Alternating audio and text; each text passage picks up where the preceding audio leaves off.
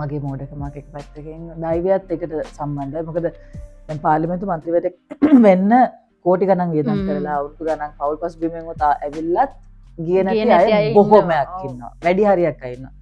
රංගන ශිල්පීන් ශිල්පිනියන්වත් අසමත් වෙච්ච අය ඕන තරම් ඉන්නවා. හැබැයි මම මාසයක් ඇතුළත මම පාර්ලිමේන්තුවට යනවා.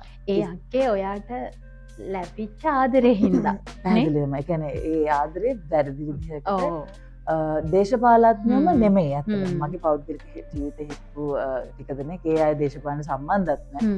ඒ අයකින් වාසියක් ගත්තා. දේශපාලනින් අම්මයාත් ඒක වාසියක් ගත්තා. හැබැයි ඒකෙන් මට උපේක්ෂා ස්වර්ණමාලිනීගේ ගමන අනිවාර්යෙන්ම වෙනස් වෙනවා.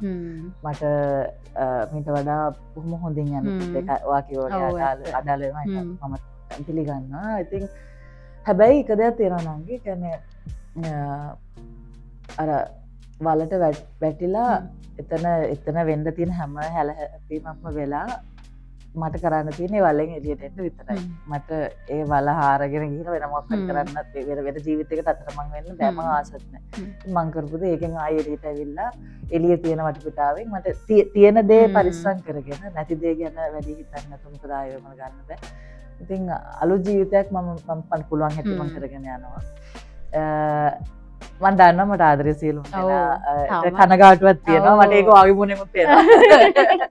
හැබැයි ඒ කියන්නේ ඒ ආදරෙත් එක්ක යන කනගාටුවට මම බෙහෙම ස්තුතිවන්ත වෙනවා. ඒ හැඟීම මට විශේෂයි. හැබැයි ඉතින් ඔව් ජීවිතේ හැටි ඔක තමයි නංගි. හැබැයි එක දෙයක් තියෙනවා. මටත් ඒ දුක තිබ්බත් මම අර කලින්ම කිව්ව පොඩි කාලේ මට අම්මා කෙනෙක් වෙන ආසාවක් තිබ්බා කියලා. ඒකත් එක්ක සහ අදටත් මම කලාවෙන් නියැලෙනවා. මට කියන උපේක්ෂා ස්වර්ණමාලි උපරිමයෙන්ම තිරේ අද දකින්න හම්බ වෙනවා කියන තැනම ඉන්නත් බෑ. එතන මටත් කනගාටුවක් තියෙනවා. නමුත් ඒ මොන ප්‍රශ්න තිබුණත් මම තාමත් ශාස්ත්‍රීය අවුරුදු 20ක් තිස්සේ ඉඳීම ගැන මට පුදුමාකාර සතුටක්